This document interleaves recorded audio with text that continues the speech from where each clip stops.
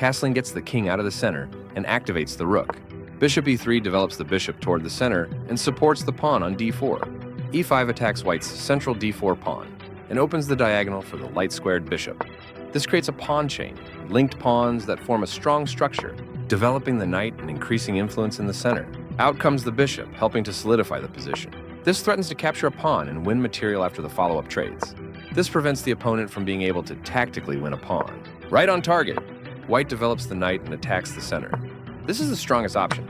This forces the opponent to double pawns, a straightforward recapture. Castling to the opposite side of the board normally leads to a sharp attacking game. One more piece joins the action. That's fine. This connects the rooks, which helps them work together. This threatens to force isolated doubled pawns. This misses a better way to centralize a knight, so it controls more squares. This permits the opponent to kick off a pawn storm. That's not a mistake, but it's not the best move either.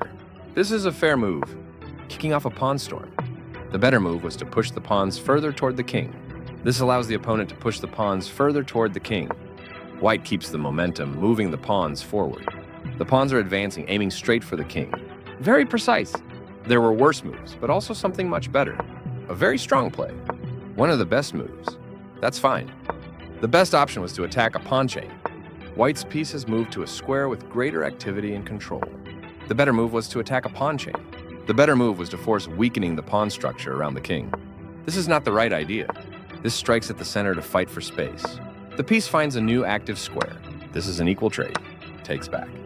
A solid choice. That's not a mistake, but it's not the best move either. A very strong play. One of the best moves. White launches a pawn advance, pushing toward the opponent's king. This is a fair move. The rooks are coordinated and powerfully doubled on the file. Right on target. This is the strongest option. Very precise. White's bishop has moved to a square with greater activity and control. This protects the attacked pawn. A solid choice. Right on target. With the rook now developed as well, white has all pieces ready for action.